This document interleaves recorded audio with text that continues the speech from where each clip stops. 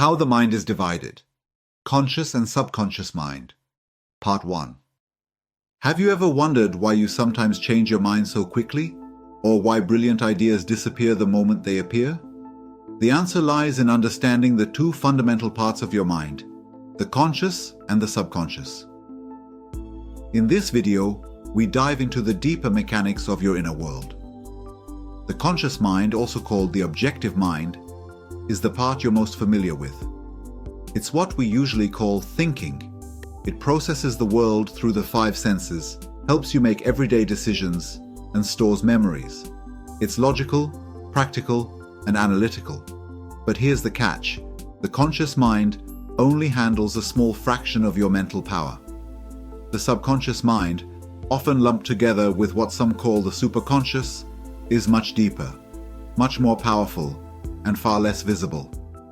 And while your conscious mind thinks it's in charge, it's often just reacting based on past programming.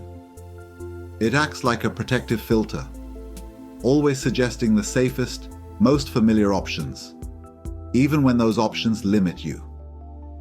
Think about this. You're trying on a stylish hat in a store. You like it. You feel good in it.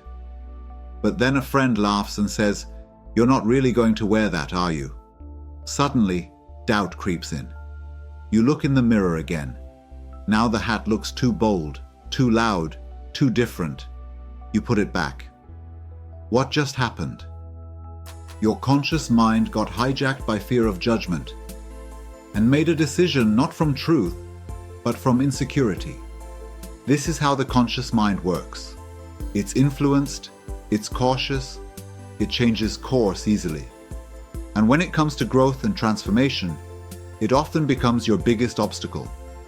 You've probably had moments of inspiration, ideas that felt revolutionary, thrilling, like they could change your life. But just seconds later, that little voice chimes in. "Be realistic. That's impossible. Who do you think you are?" It's the conscious mind again, afraid of failure, afraid of change, clinging to the known. But here's the truth. The fact that your brain hasn't experienced something yet doesn't mean it's impossible. Just like the first time you drove a better car or flew in an airplane. You didn't know how much more was possible until you tried something new. In this first part of our series, we explore why trusting your rational mind too much can actually block your evolution. And we begin to understand the power of stepping beyond the known into the deeper realm where lasting transformation begins.